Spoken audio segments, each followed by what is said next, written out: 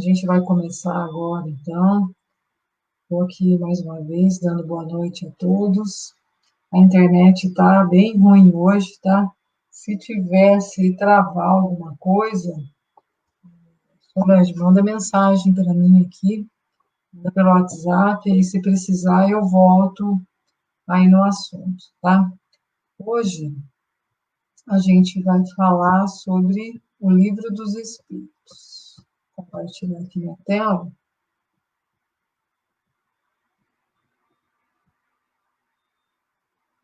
Bom, a gente vai fazer, hoje nós estamos então na aula 7, que é o esboço do Livro dos Espíritos, tá? Nessa aula, eu optei por falar um pouco sobre a história, né, do pensamento humano até chegar no Espiritismo, tá? Vou passando aqui para vocês, a gente vai comentando. Bom, para dar início, então, na nossa aula, a gente vai ver que o Livro dos Espíritos, ele foi publicado em 18 de abril de 1857, em Paris. Ele representou um marco de luz que anunciava o advento de uma nova era, a Era do Espírito. E nele se cumpre a promessa de Jesus, né? A promessa do Consolador prometido. Então, só para a gente estar aqui lendo aqui um trechinho do Evangelho de João, que fala sobre o Consolador prometido, tá? Eu vou ler aqui para vocês, no capítulo 14, versículo 15, de 15 a 17. E aqui Jesus fala o seguinte: se me amardes, observareis os meus mandamentos, e eu rogarei ao Pai, e ele vos dará um Paracleto, a fim de que esteja convosco para sempre. O Espírito da verdade, que o mundo não pode receber, porque não o contemplou e nem o conhece. Vós o conheceis, porque permanece junto de vós e estará entre vós. Então, gente, aqui Jesus ele fala que ele vai enviar um Consolador e que esse Consolador vai permanecer entre nós. E o Espiritismo, ele é tido como o Consolador prometido, tá? Então, aqui, retornando aqui o nosso slide,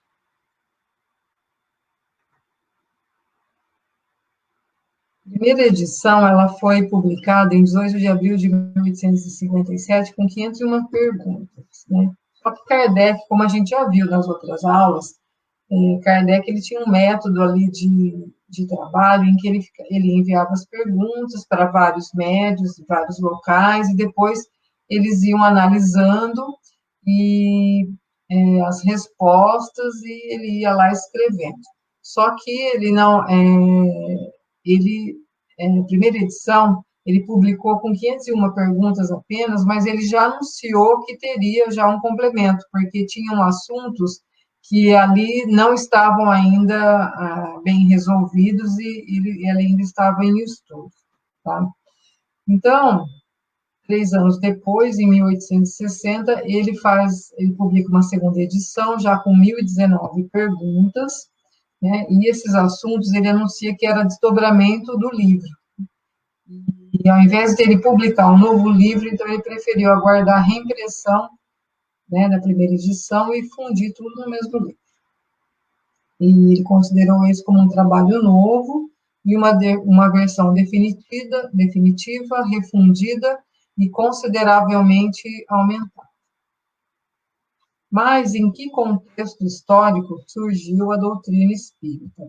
Então, aqui a gente vai conversar sobre isso, e eu acho, assim, muito importante, porque ao invés da gente falar aqui, simplesmente falar do Livro dos Espíritos, né, não tem como em uma aula eu falar sobre tudo que tem no Livro dos Espíritos, né, e nem falar nem um décimo do que tem ali. E se eu ficar só falando ali sobre as questões que são debatidas, pode ser um pouco chato e também pode ser que não seja muito bem compreendido. Então, eu optei para mostrar, assim, em que contexto que surgiu a doutrina espírita, que eu acho que muito mais interessante e melhor para vocês estarem estudando depois, tá? Então, a gente vai fazer, assim, um breve histórico, assim, um voo panorâmico sobre as religiões e o pensamento humano, de que forma em que ele foi se progredindo ali. Então, a gente vai falar primeiro sobre o princípio da degradação das almas, que é a teoria da queda.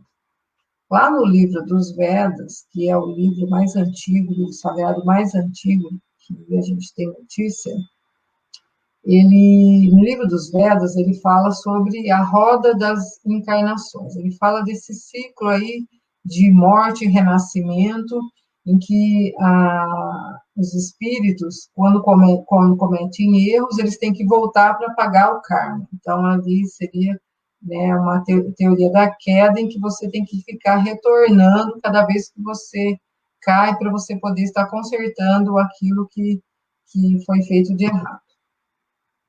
Depois, na mitologia grega, também a gente tem a queda da alma que vivia junto aos deuses. Então, a gente vê lá aqueles deuses, né, que eles eram imortais, viviam lá no Olimpo, né? E aqueles que erravam, né, aqueles que caíam, eles eram condenados a viver como um homem ou animal, eles eram condenados a serem imortais. Depois a gente vai ver também nas religiões, na religião católica, a instituição do mal, que é representado pelo anjo caído, quando fala do demônio, que o demônio, ele era um anjo que se revoltou contra Deus, né, e que pela queda, então, ele foi instituído o mal através dele, e ele representa, então, aquele anjo que caiu. Então, em todas essas religiões, a gente vê a queda como a causa do sofrimento, tá? E nas religiões tradicionais, a gente vai encontrar a moral heterônoma. O que é isso? É uma submissão ao Deus que castiga e condena, uma fé cega.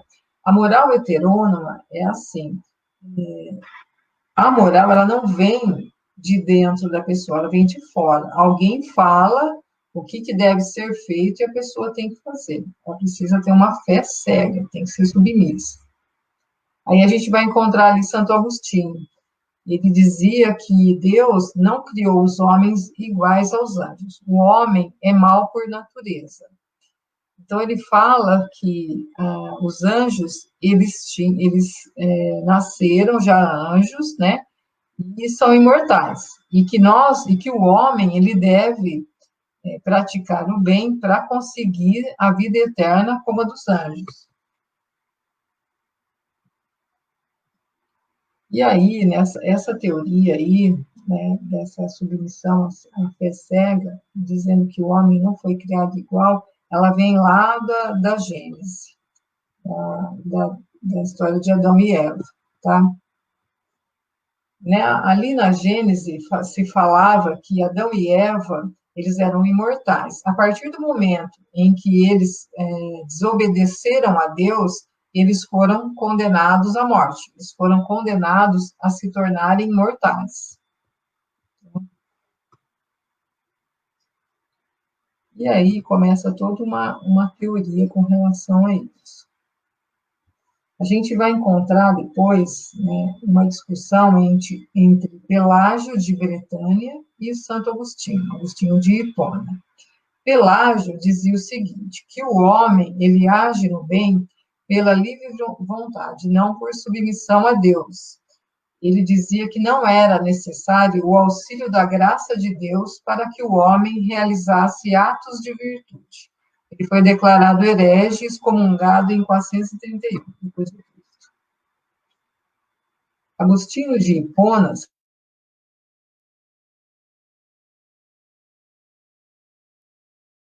se cegamente à vontade de Deus. Ele dizia que a maior virtude do homem era a obediência. Então, aqui, deixa eu voltar aqui, só um minutinho. Aqui tem o seguinte, Santo Agostinho falava assim, que a maior qualidade do homem é a obediência.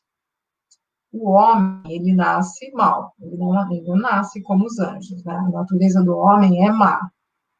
Que para ele chegar até o céu, ele precisa obedecer cegamente a Deus e ele precisa da graça de Deus. Se Deus conceder a graça, ele vai para o céu. Se Deus não conceder a graça, não vai. Já Pelágio, ele fala que não. Falou que ele dizia que o homem ele age pela livre vontade, que não precisa de Deus para que ele concedesse, para que ele realizasse atos de virtude. E aí ele foi excomungado por isso. Bom, e aí a igreja aí passa, né, por toda a história ali da Idade Média, e com todas aquelas questões da venda de indulgências, a corrupção financeira e moral do clero, surgem então movimentos de reforma contra essas ideias. E começa-se um debate teleológico sobre o livre-arbítrio, porque pelas teorias da igreja, o homem não teria livre-arbítrio. Martinho Lutero, né, ele fala o seguinte, que foi ele, o autor da Reforma Protestante, que o homem ele não tem liberdade. Ele dizia que no ato da criação, Deus já teria decidido o que aconteceria com cada ser humano, a vida eterna ou a condenação eterna. Então, quem decide se o homem vai ser criado bom ou mal era Deus.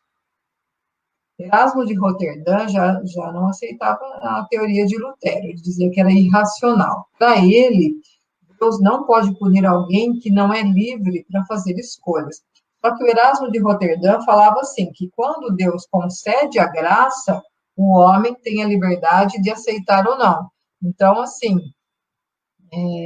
a única escolha que o homem tem é aceitar a graça de Deus, mas essa escolha de receber a graça ou não cabia ao homem, cabe somente a Deus.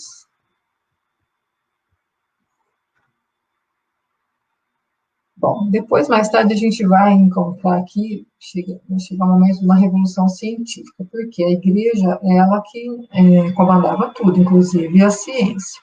E o primeiro ali a contestar a ingerência da igreja foi Galileu Galilei, quando ele disse que a Terra não era plana, a Terra era redonda, e quando ele dizia também que o homem não era o centro do universo, que a Terra não era o centro do universo. E aí ele teve que se retratar, senão ele seria morto. Ele acabou se retratando, mas, né, ele ainda continuava ali, né, brigando pela essa libertação da ingerência da igreja na ciência. Depois a gente vai ter e passar por alguns filósofos, a gente vai passar por René Descartes, que ele era filósofo, físico e matemático. Ele falava sobre a existência de Deus, a formação do universo, sobre o mundo material, o homem e as suas paixões. E a gente vai chegar em Isaac Newton. Isaac Newton já falava da presença de um Deus como criador, ele pregava a religião natural. Ele dizia que falava sobre a ação da alma, sobre o movimento do corpo, só que ele era um espiritualista racional. Ele dizia que a verdadeira religião deveria conter verdades compreensíveis com clareza pela razão, assimiláveis e úteis à ciência, privilegiando uma liberdade de consciência. Então, ele não aceitava aquela questão do homem ter nascido já com o pecado original. Dizia que não, e ele também não aceitava a religião por intermédio dos sacerdotes. Ele pregava a presença de um Deus como criador, o Deus da natureza. Aí ele também não aceitava o dogma. Ele achava que a verdadeira religião tem que ser compreendida, realmente, e tem que ser útil também à ciência, privilegiando, então, a liberdade de consciência. E aí, gente, começa todo um debate entre espiritualistas e materialistas. Aqui eu separei Baruch de Spinoza, que a gente fala, quem tem ouvido, muitas pessoas conhecem lá o Deus de Spinoza, só que Spinoza falava, ele era panteísta. O que é panteísta? Para o Espiritismo, a gente vê lá, deixa eu voltar aqui, o Espiritismo fala em a existência de Deus, Espírito e matéria. O Spinoza, já, como ele era panteísta, ele acreditava que tudo era Deus, tudo. Então, o homem, quando ele morria, a alma retornava a Deus. Quando você encarnava, a alma vinha de Deus, e quando você morria, retornava aquele todo. Não tinha não tem nenhuma individualidade para ele. Tá? Ele dizia que o materialismo é absurdo pela suposição de um acaso como a causa de todas as coisas.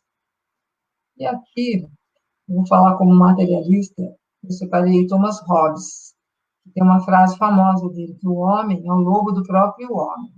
Thomas Hobbes, ele falava sobre o contrato social. Ele diz sobre a teoria do Estado, né? O homem estabelece um contrato. Quando a gente Quando a gente se dispõe a viver em sociedade, então, a gente estabelece um contrato com o Estado. O homem abre mão de seus direitos para um convívio pacífico, o Estado que define o que é certo e o errado. Aí, aqui, a gente sai do dogma, sai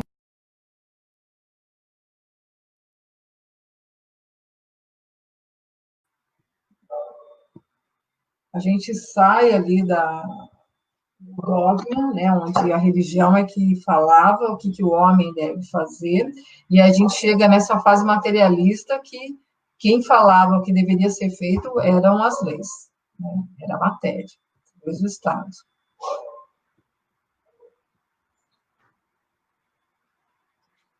Nesse período também surgem ali muitas ideias ateístas, e eu separei aqui Barão de Roubar como alguém, como um ateísta. Barão de Roubar, que ele dizia assim, que a moral independe de qualquer religião formal. O dogma não impede os vícios e as maldades. Ele dizia que o mal vem de fora dos hábitos, né? E também que seria uma contradição imaginar um Deus criador que mergulhasse seus filhos num corpo de natureza má. Porque depois de tudo que aconteceu na Idade Média, de tudo que ele via também na época dele, né, com relação à religião, os sacerdotes, né, todas as pessoas que eram religiosas, então, para ele, o dogma não impede que a pessoa seja má, e não impede vício nem maldade. Só que ele falava assim que o mal vinha de fora. A pessoa, se ela tivesse uma boa família, ela seria boa. Agora, se ela vivesse num ambiente que tivesse maus hábitos, ela seria má. Ele também não achava correto falar que Deus, né, um Deus criador, se existia realmente um Deus, por que que então ele iria colocar os seus filhos num corpo de natureza má? Então a gente vê aqui que tinha um debate, mas era um debate rico. Não era um debate qualquer, sem ideias nenhuma. Eles falavam, cada um deles tinha lá as suas teorias, mas eles conversavam e realmente debatiam as suas ideias. Na verdade, o que a gente vê é que eles queriam realmente compreender a Deus, compreender o espírito, compreender o homem, tá? Não era um debate, assim, tudo simplesmente, né, sem ter nenhum fundamento. Bom, e aí surge aí as teorias, as filosofias materialistas. Um deles, que representante dessa filosofia, era Auguste Comte. Auguste Comte dizia o seguinte, que os operários e as mulheres não possuem desenvolvimento adequado do cérebro, estando impedidos pela natureza de fazer uso adequado da razão, devendo se submeter ao comando de uma minoria privilegiada. Então, para ele, nem as mulheres e nem os operários tinham cérebro para poder decidir o que eles deveriam fazer na vida deles. Quem comandava é quem tinha o capital, eram os patrões. Eles que comandavam, eram eles que tinham ali o cérebro para poder estar falando e comandando o que a pessoa deveria ou não fazer. E a gente vai encontrar também o Marx, Karl Marx, né, que falava que a reforma da humanidade se daria pela luta sangrenta de classes, para criar uma nova estrutura social, e aí que aparecem as ideias do comunismo. Então, nesse período aí, né, que passa aí pela Revolução Industrial, passa por um materialismo muito radical, Então, as pessoas eram muito exploradas. Então, Marx, ele achava que isso daí só poderia ser resolvido com o comunismo, mas para isso teria que haver uma luta sangrenta de classe para se criar uma nova estrutura social. E aí, finalmente, surge Rousseau, com a teoria da autonomia moral. Ele falava sobre liberdade e aperfeiçoamento. Ele revolucionou os conceitos quando apresentou a moral autônoma. O homem primitivo, ele era guiado pelos instintos, que são úteis, pois atende às suas necessidades de sobrevivência. O homem deve se aperfeiçoar por meio da própria razão e em concordância com a natureza. A felicidade, então, era fruto da fraternidade e cooperação mútua. A autonomia moral, ela é diferente da moral heterônoma no seguinte: a moral heterônoma, quem fala o que deve, o que é certo, é alguém de fora. Tá? Então, ali, primeiro, era a igreja, era a religião que vinha e falava o que a pessoa devia fazer. Isso é moral heterônoma. Depois, com todo aquele movimento materialista, quem falava o que deveria fazer era o Estado, era quem detinha o capital. Então, a pessoa ela não tinha liberdade de escolha, ela tinha sempre que estar fazendo aquilo que lhe era falado, que alguém falava para ela, que era certo, que era errado. Rousseau já não, ele falava sobre a moral autônoma. A moral autônoma é a pessoa que ela, por ela mesma, ela escolhe aquilo que é correto ou não, por meio da razão, por meio do seu raciocínio, por meio do desenvolvimento da razão. Ele falava, e isso também chega muito, muito, está ali muito afinizado nas ideias do espiritismo, que o homem mais primitivo, ele é guiado pelos instintos que é necessário sobre sobrevivência. E a partir do momento em que o homem vai desenvolvendo a sua razão, ele mesmo vai tendo condições de discernir sobre o que é certo e o que é errado, porque o que é certo e o que é errado está dentro da consciência.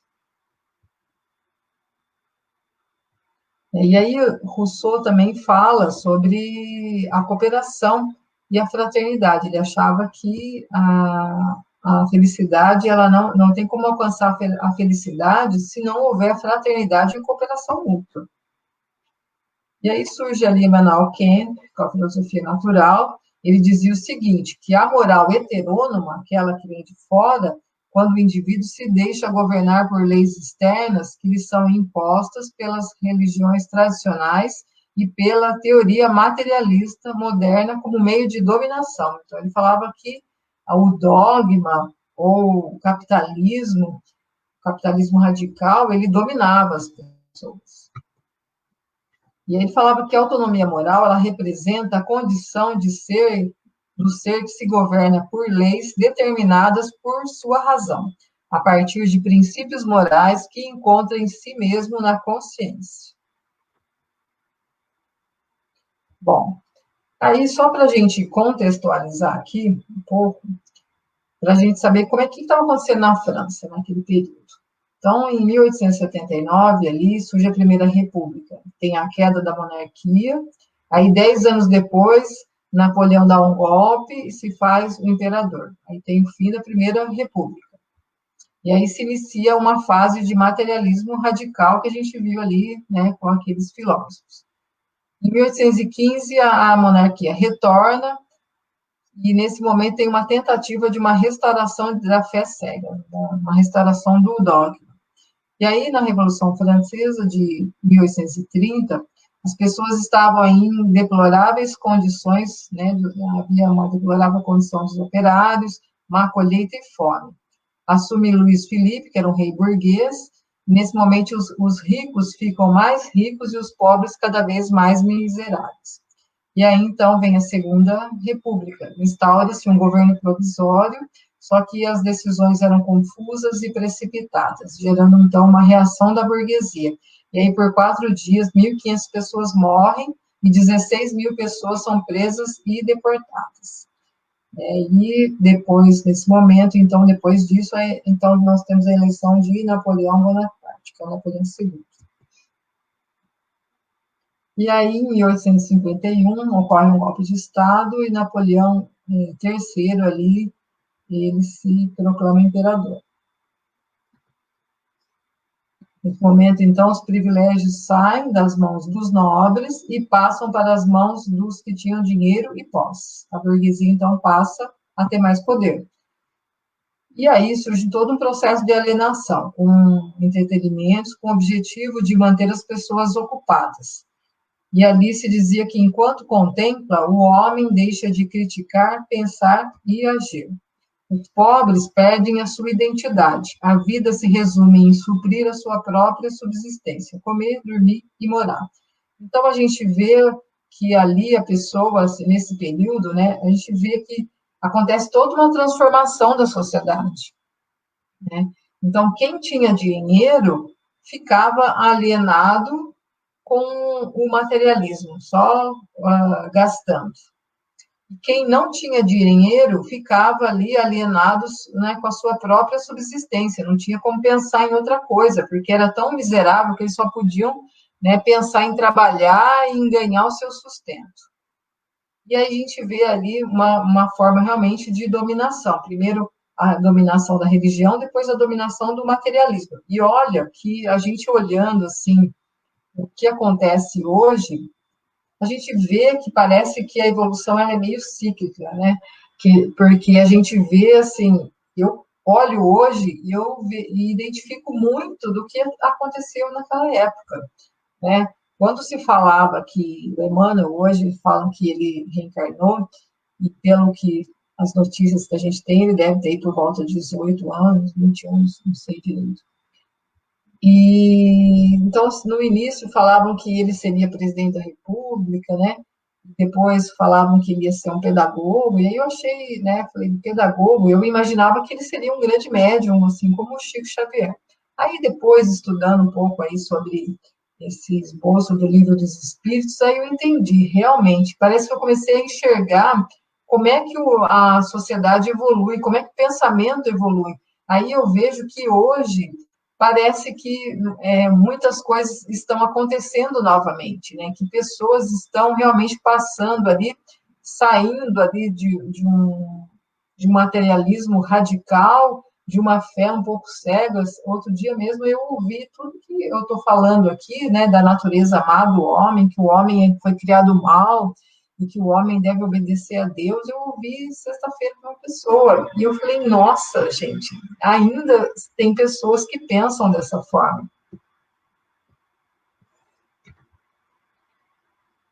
Bom, aí nesse momento, então, né, depois da queda de Napoleão, houve uma tentativa de restaurar o antigo regime de tradicionalismo religioso radical, só que eles atacavam as ideias de liberdade e igualdade de Rousseau, mas esse radicalismo religioso não teve mais sucesso porque a fé cega não tinha mais espaço.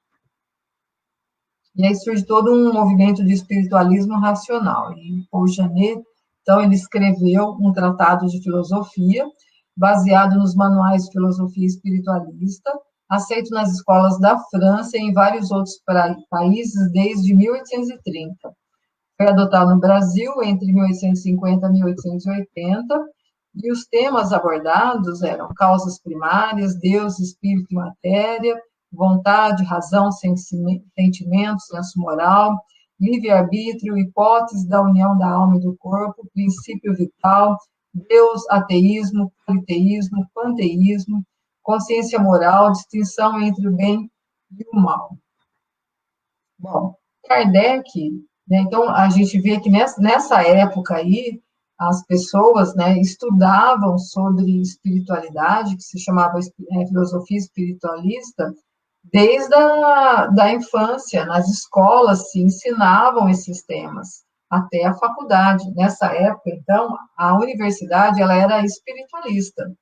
Então, a gente vê que Kardec, ele estudou desde criança sobre esses temas. Eram temas que eram debatidos na escola. E depois, essa revolução aí de 1830, o pai de Kardec, ele...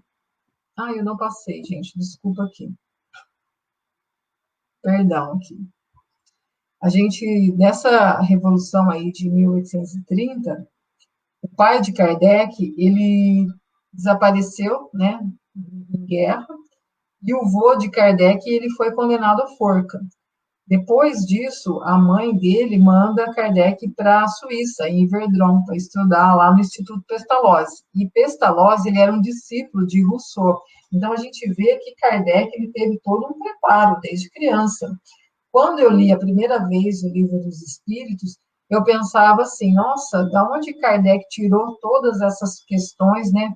De onde que eu não ia pensar em nem um terço, né, dessas perguntas aí para fazer para os espíritos. E aí a gente estudando e vendo tudo isso, a gente vê que ele tirou daquilo que era debatido na época, que eles estudavam e debatiam muito esses assuntos. E aí ele tem a oportunidade de perguntar aos espíritos, né, e de obter a resposta dos espíritos sobre assuntos que eram muito debatidos na universidade. Hoje, a gente vê que a universidade, ela é materialista, não se fala em espiritualidade nem na escola e nem na universidade, né? Teve ali, acho que no Mackenzie, há uns anos atrás, ali, eles abriram, né, um centro sobre design inteligente, não lembro direito como é que chama aí, e aí eu comecei a ver a reação de algumas pessoas que são ali biólogos, cientistas, falando que aonde entra a ciência, a religião deve sair. E assim, né, e a gente estuda, né, estudando sobre o espiritismo, a gente vê lá desde, né, de Isaac Newton lá, que ele falava sobre a religião natural, então eles falavam que não existe separação entre uma lei moral e uma lei da natureza, como a lei da gravidade, por exemplo. Todas elas foram criadas por Deus e todas elas obedecem a um princípio, ao mesmo princípio. Então, não importa se você estuda sobre religião ou se você é um cientista, né? Todos nós estamos ali dentro de uma religião natural, né, da natureza. E aí é interessante, né, porque, deixa eu voltar aqui, senão eu não vou colocar de novo. Voltar aqui, né? E aí, gente, tem o advento do Espiritismo. Na Revista Espírita, em 1863, Kardec fala o seguinte, né? E a gente vendo toda essa história, a gente consegue compreender o que está escrito ali, o que ele escreveu na Revista Espírita. Ele fala que foi nestas circunstâncias eminentemente favoráveis que chegou o Espiritismo. Mais cedo ter-se-ia chocado contra o materialismo todo-poderoso. Então, se o Espiritismo tivesse chegado um pouco antes, naquela época do materialismo radical, ele não teria espaço. E um tempo ainda mais recuado teria sido abafado pelo fanatismo cego. Na época dos dogmas, né? Ele também não teria espaço. Ele se apresenta no momento em que o fanatismo, morto pela incredulidade que ele mesmo provocou, não mais lhe pode impor uma barreira séria e em que está fatigado do vazio deixado pelo materialismo, no momento em que a reação espiritualista, provocada pelos próprios excessos do materialismo, se apodera de todos os espíritos, quando se está à procura das grandes soluções que interessam ao futuro da humanidade. E aqui eu faço um parênteses, né, para o nosso momento hoje, né? O que está acontecendo com essa pandemia? A gente parece que não vê um pouco isso, né? Algumas pessoas, existe todo um debate entre saúde e economia, e parece que a economia é muito mais importante do que a própria pessoa. Só que a gente vê também que as pessoas ali, né, saindo daquela rotina em que elas trabalhavam e nem pensavam na vida, de repente elas são obrigadas a parar e muitas pessoas acabam aí sentindo um vazio, porque o materialismo, ele não preenche. E aí a gente vê toda uma necessidade, né, pessoas indo em busca da sua espiritualidade. Cresceu muito o interesse das pessoas pela espiritualidade. Então, parece que a gente vê aí a história um pouco que se repetindo, né?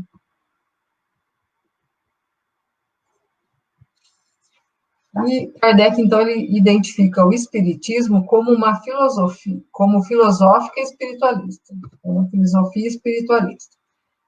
A introdução do Livro dos Espíritos descreve os fatos que levaram ao estudo, como foram analisados, em que consistem os ensinamentos dos espíritos, etc. Então, assim, eu achei importante a gente estar falando sobre tudo isso, podendo contextualizar o que aconteceu, como é que evoluiu o pensamento humano, o que as pessoas queriam, qual que era a carência de sentimento, né? Para poder, eu acho que isso é mais importante do que estar falando simplesmente sobre o Livro dos Espíritos, que a gente vai falar muito ainda, em várias aulas, né? E depois de fazer toda essa contextualização, se vocês pegarem o Livro dos Espíritos, e eu recomendo que vocês peguem o Livro dos Espíritos, né? Antes de pensar em ler, porque às vezes a gente quer ler tudo, quer saber um monte de coisa, eu aconselho a pegar a introdução, ler a introdução com calma, mais de uma vez, pensar em tudo isso que a gente está conversando aqui, pensar na história do Kardec, de como é que ele analisou os fatos, né? E estudar. Eu acho que vai ficar bem mais simples para vocês, porque vocês vão conseguir identificar ali algumas citações. Por exemplo, quando você vê algum debate ali no Livro dos Espíritos, vocês vão entender que realmente aquilo era algo que era debatido na época. Então, acho que fica mais fácil para a gente compreender até um pouco mais a obra. E aí, lá no início também, a gente vai ter os prolegômenos, são os princípios básicos, em que Kardec coloca como uma filosofia racional.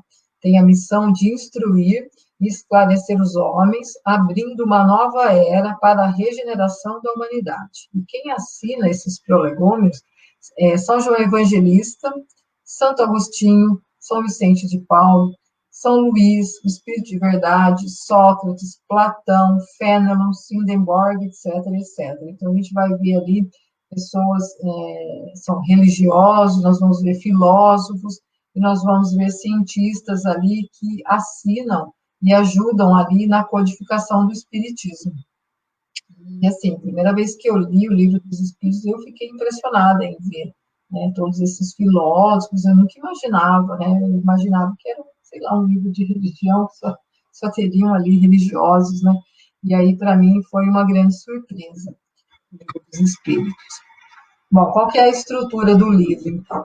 Ele tem, né, se vocês pegarem lá no índice, vocês vão identificar, e assim, é interessante fazer isso, olhar o livro, entender ele, né, como é que ele é dividido, quais são os assuntos, para depois começar a ler e a estudar.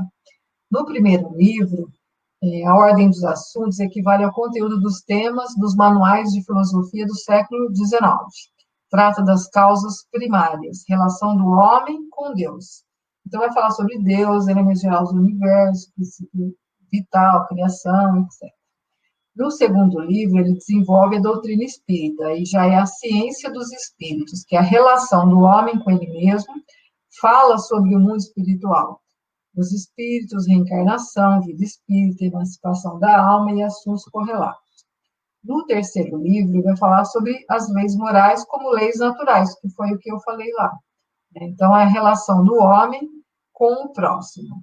Nos manuais de filosofia, o desenvolvimento é racional. No Livro dos Espíritos, vem uma análise experimental pelo ensinamento dos espíritos. E ele se coloca Jesus como guia e modelo da humanidade. Então, ali a gente vai ver ali as leis morais tidas como leis da natureza mesmo, tá? E ali vai identificar, então, o relacionamento do homem com o próximo. Só que ali, ao invés assim, todas aquelas questões que eram debatidas ali, o Kardec ele vai encontrar respostas ali numa análise experimental, na prática. Os próprios espíritos vêm trazer em muitas das respostas, né, daquilo que era debatido.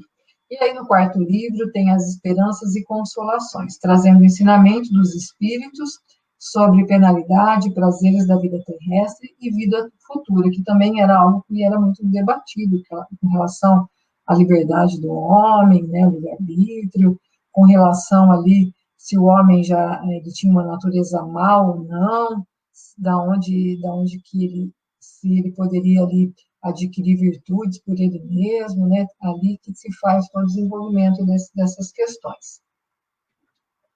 E aí, depois, Kardec ele vai desenvolver, né, esses temas em outros livros. Então, nessa primeira parte ali, nessa parte mais científica, a gente vai ter a Gênese, né? Vai desenvolver um pouco melhor aqueles assuntos que estão lá no Livro dos Espíritos, é um livro só com relação a esse tema. Aí a gente vai ter lá na segunda parte ali o Livro dos Médiuns, que é o desenvolvimento da relação consigo mesmo e com o mundo espiritual. Opa, vou voltar aqui. Na terceira parte, terceiro livro, ele vai desenvolver relação com o próximo, né, em bases evangélicas, restaurando os ensinamentos de Jesus, que é o livro O Evangelho segundo o Espiritismo. E no quarto livro, então, desenvolve a justiça divina segundo o ensinamento dos Espíritos, que ali é o céu e inferno vai envolver aquela quarta parte do livro dos Espíritos, que é um problemas referentes a penas, gozos futuros, penas eternas, dogmas, ressurreição, paraíso, inferno, purgatório e tudo mais. Tá? Então, é isso daqui que eu tinha para falar hoje, tá?